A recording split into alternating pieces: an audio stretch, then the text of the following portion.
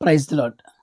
ఈరోజు దేవుని వాక్య ధ్యాన నిమిత్తమై మత్తయి సువార్త 7వ అధ్యాయము 24వ వచనము. కాబట్టి ఈ నా మాటలు విని వాటి చొప్పున చేయు ప్రతివాడును బండ మీద తన ఇల్లు కట్టుకొనిన బుద్ధిమంతుని పోలి ఉండును అన్న వాక్యము ఈరోజు ధ్యాన నిమిత్తంగా తీసుకుందాం. ఈ పక్కన ఉన్న ఇమేజ్ని ఒకసారి గమనించండి. ఈ ఇమేజ్లో మనం చూసుకున్నట్లయితే అక్కడ అన్ని ఇల్లులు కూడా కాలిపోయినట్టుగా, ఒకే ఒక ఇల్లు మాత్రము కాలబడినట్టుగా మనం చూస్తూ ఉన్నాం. అక్కడ ఉన్న చుట్టుపక్కల ఉన్న అన్ని ఇల్లులు కాలిపోయినాయి, కానీ ఒక్క ఇల్లు మాత్రమే కాలలేదు. ఇదే అధ్యాయము అంటే మత్తయి సువార్త 7వ అధ్యాయము 27వ వచనం మనం గమనించినట్లయితే, వాన కురిసెను, వరదలు వచ్చెను, గాలి విసిరి ఆ ఇంటి మీద కొట్టగా అది కదల్చబడలేదు అన్న వాక్యం మనం గమనిస్తూ ఉన్నాం. ఈ ఇమేజ్ మనం చూసుకున్నట్లయితే, ఈ ఇమేజ్ అనేది మన కాలిఫోర్నియా రాష్ట్రంలోని లాస్ ఏంజల్స్ అనే నగరంలో తీయబడిన ఒక ఇమేజ్ అనమాట. లాస్ట్ వీక్ అనగా 7వ తారీఖు మంగళవారం రోజు ఈ కారు చిచ్చు మొదలైంది. స్టిల్ ఇంకా ఈ వీడియో రికార్డ్ చేస్తున్న సమయానికి కూడా ఇంకా ఇది లాస్ ఏంజల్స్లో ఇదే తీవ్రమైన ప్రభావము మనం చూస్తూ ఉన్నాం. అక్కడ కూడా మనం గమనించినట్లయితే ఇంచుమించుగా 100 నుంచి 130 కిలోమీటర్ల వేగంతో గాలి వీస్తూ ఉంది. ఆ గాలి వీల్చడం వల్లే ఈ ఫైర్ అనేది ఎక్కువగా ఆ ప్రాంతం మొత్తం కూడా పాగుతున్నట్టుగా మనము న్యూస్ ఛానల్స్ ద్వారా కూడా చూస్తూ ఉన్నాం. అయితే ఇంతగా వస్తున్న ఈ గాలులు కానివ్వండి, వాటి నుంచి వస్తున్న మంట కానివ్వండి, ఆ ఇంటిని ఏమాత్రం కూడా తాకలేదు. కారణం ఏమిటి అని మనం గమనించినట్లయితే ఇక్కడ వాక్యం చెప్తా ఉంది, బండ మీద తన ఇల్లు కట్టుకున్నవాడు బుద్ధిమంతుని పోలి ఉంటాడు. క్రీస్తు అన్న బండ మీద మనం ఎప్పుడైతే మనం ఇల్లు కట్టుకుంటామో అప్పుడు ఏమాత్రం కూడా మనం కదల్చబడము. లాస్ ఏంజల్స్లో ఎంతోమంది ధనవంతులు ఇళ్ళన్నీ కూడా కూలబడిపోయినాయి. ఎంతోమంది ధనవంతులు వారి ఇంటి కోసం ప్రైవేట్ ఫైర్ ఇంజన్స్ యూస్ చేసి ఇంచుమించుగా రోజుకి 45 లక్షలు ఖర్చు పెట్టి వారు ఫైర్ ఇంజన్స్ యూస్ చేసి వారి ఇంటిని కాపాడుకుందామని ప్రయత్నం చేసినా కానీ ఏమాత్రం కూడా వారి ఇంటిని కాపాడుకోలేకపోయారు.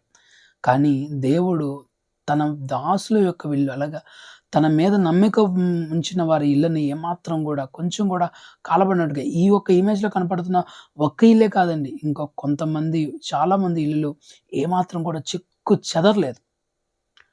చుట్టుపక్కల ఉన్న ఇల్లు మొత్తం అన్నీ కాలిపోతున్నాయి, కానీ వాళ్ళ ఇల్లు మాత్రం కాలిపోవడం లేదు.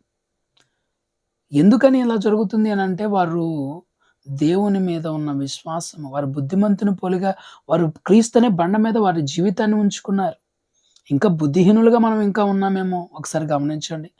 భౌతికపరమైన వాటి కోసం మనం ఆశపడుతూ ఉన్నాం, భౌతికపరమైన ఇళ్ళ కోసం మనం ఆశపడుతూ ఉన్నాం, భౌతికపరమైన వాటి కోసం ఎన్నో ఖర్చులు పెడతా ఉన్నాయి. ఈ రోజుల్లో లాస్ ఏంజల్స్లో ఎంతోమంది యాక్టర్స్ వారికి ఉన్న మిలియన్ మనీతో ఇల్లులు కట్టుకున్నారు. రీసెంట్గా కట్టుకున్న ఇల్లులన్నీ కూడా వారు కాలిపోతూ ఉంటే దుఃఖముతో వారు బాధపడుతూ ఉన్నారు.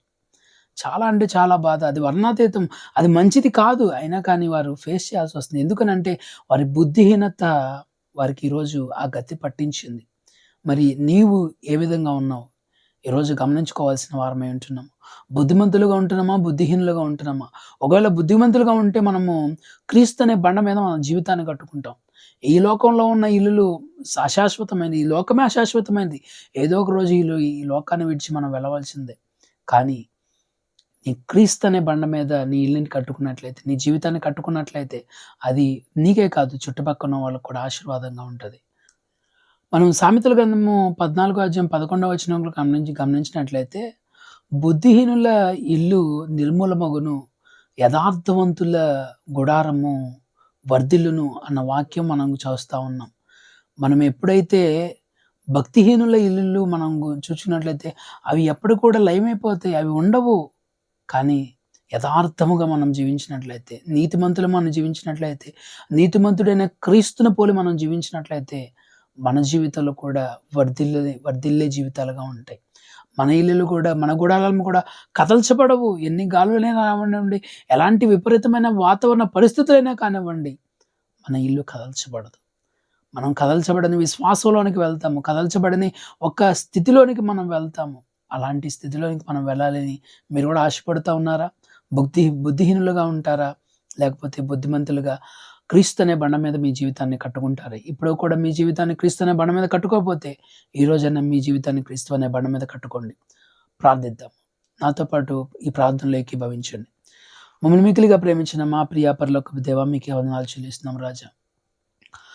లాస్ ఏంజల్స్ నగరంలో చుట్టుపక్కల ప్రాంతాలుగా ఇంచుమించుగా 35,000 ఎకరాల, లక్షల ఎకరాల్లో అంతా అగ్నికి దాహుతమవుతున్న సమయంలో దేవా, వాటిని గురించి మేము ఆధ్యాత్మికమైన పాఠాలు నేర్చుకుంటుండగా మమ్మల్ని జ్ఞాపకం చేసుకోమని అడుగుతా ఉన్నాం. మేము కూడా బుద్ధిహీనులుగా కాక బుద్ధిమంతుల వల్లే క్రీస్తు అనే బండ మీద మా జీవితాన్ని కట్టుకునే వారముగా, క్రీస్తు అనే నీ మీద మాత్రమే మేము ఆనుకునే విధముగా మమ్మల్ని మార్చమని అడుగుతా ఉన్నాం. ఇంకా బుద్ధిహీనులుగా ఉంటూ నీకు వ్యతిరేకమైన జీవితం, ఇంకా బుద్ధిహీనులుగా ఉంటూ నీకు లోబడిన జీవితం మాలో ఉంటే దయతో మమ్మల్ని క్షమించమని అడుగుతా ఉన్నాం. ఇక ముందైనా కానీ నీ క్రీస్తు అనే బండ మీద, క్రీస్తు అనే వాక్యం మీద మేము మా జీవితాలని నిర్మించుకునే భాగ్యాన్ని మాకు దయచేయమని అడుగుతున్నాం. అలాంటి జీవితం మాకు ఇవ్వమని అతి త్వరలో అతి పరిశుద్ధుడైన యేసు నామములో అడిగి బ్రతిమాలి మిక్కిలి వినయంతో వేడుకొంచున్నాము తండ్రి. ఆమెన్. Praise the lord. మరి మన పాస్టర్ గారైన దేవసాయం గారికి మరి అనారోగ్య కారణంగా మరి కొంచెం బాధపడుతూ ఉన్నారు. మరి వారి గురించి కూడా మీ ప్రత్యేకంగా ప్రార్థనలో ఉంచమని దేవుని పేరిట కోరుచున్నాము. Praise the lord.